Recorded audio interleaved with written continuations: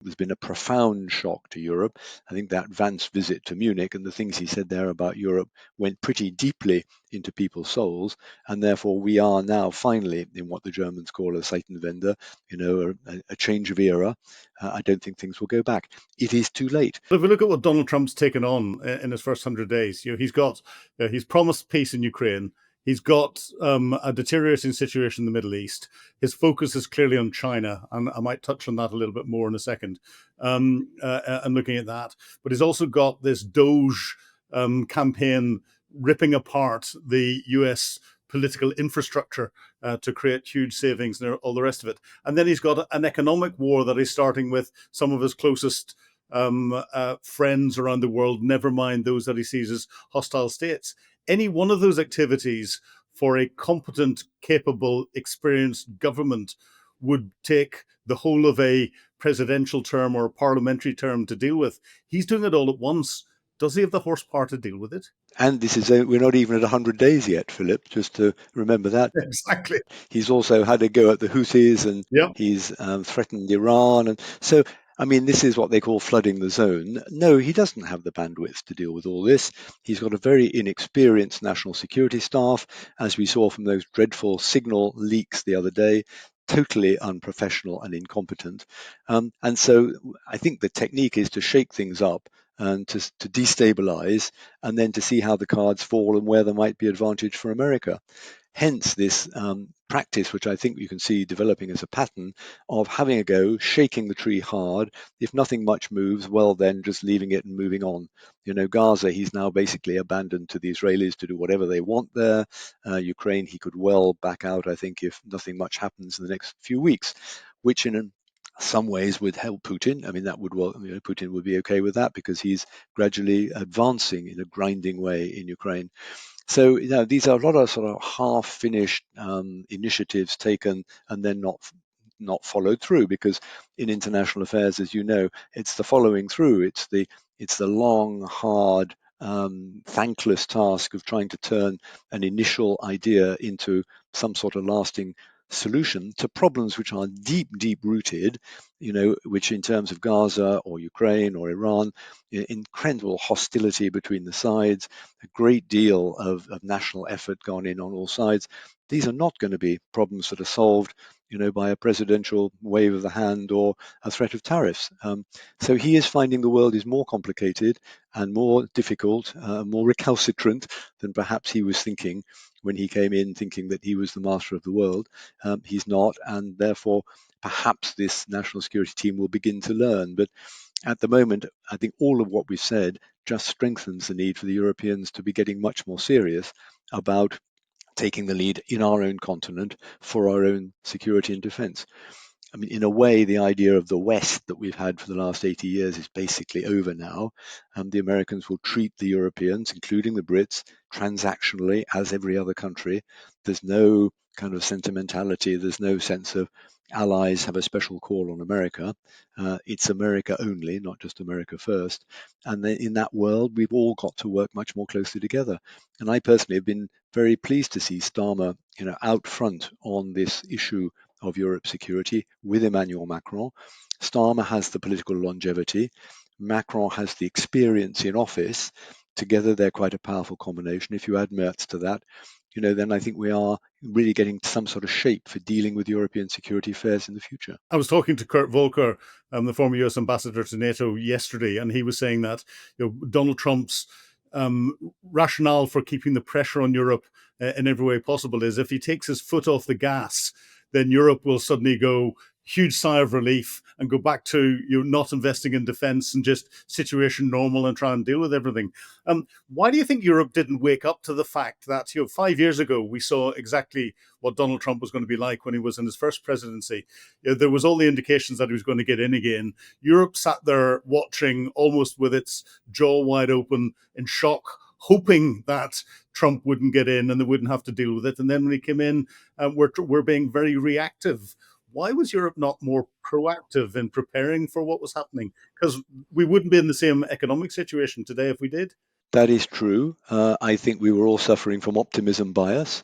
We thought that this Trump thing was a one-off and couldn't happen again. There was also the point that Trump one was pretty incompetent Trump, that he fumbled around. His team weren't really aligned with what he wanted to do. They were always softening the edge of what he tried to do. And I think there was a feeling by the end that we'd survived that. Europe had come through. The worst of what Trump had been threatening hadn't happened. He hadn't left NATO. Tariffs on Europe had been, relatively few.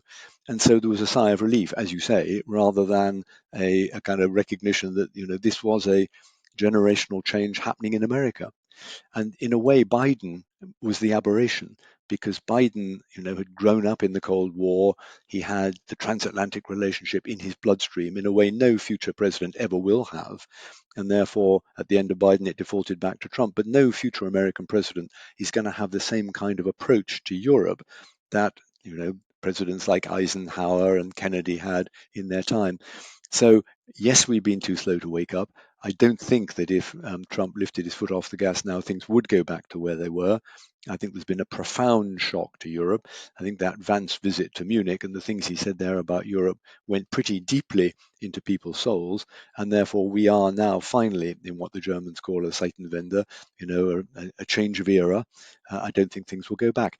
It is too late. But, democratic politicians usually leave it too late before reacting.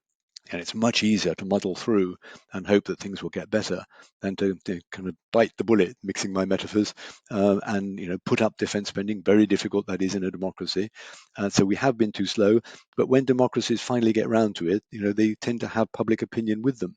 So it can then turn out to be quite a long-term trend rather than just shifting from one stimulus to another. Well, interesting. You mentioned JD Vance at Munich. We also JD Vance in Greenland, and re-emphasizing Donald Trump saying, we have to take it. But the Defense of Greenland Agreement between the U.S. and Kingdom Denmark, signed on the 27th of April, 1951, effectively allows the U.S. to have as many bases as they want in Greenland, and Greenland has got no real say in it. They can put a few officers in the bases, but they've got Greenland militarily. How do you think Vladimir Putin is seeing this and Xi Jinping is seeing this from a long-term perspective, considering they're not thinking in 100 days or a presidential term, they're thinking in generations as they approach things? Who's going to win this thinking game and geopolitical maneuvering game? Well, the Chinese are pretty good at thinking long term.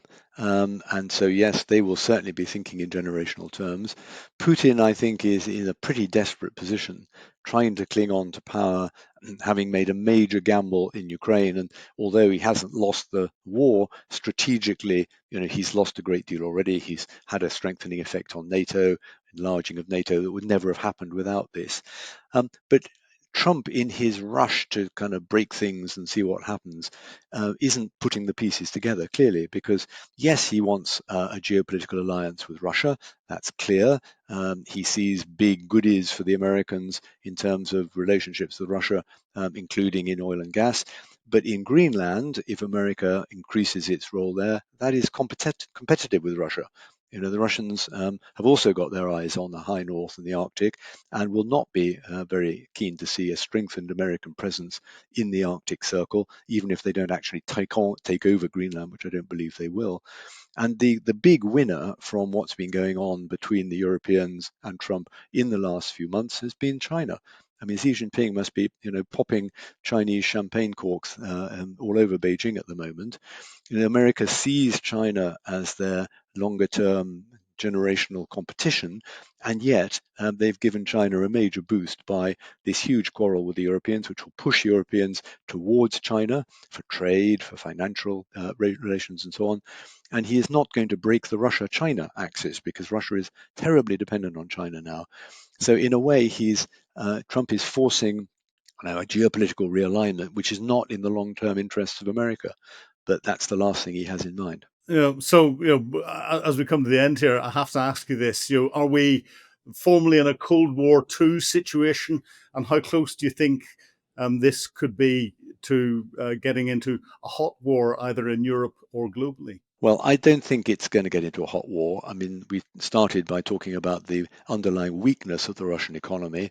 Russia has suffered a great deal in the last 3 years in Ukraine, and it hasn't beaten Ukraine, which is a much smaller country with much smaller armed forces. So the idea they will take on NATO in a military confrontation, I think, is really unlikely. And that's the last thing the Chinese want either. They want to dominate in Asia. They certainly don't want a world war.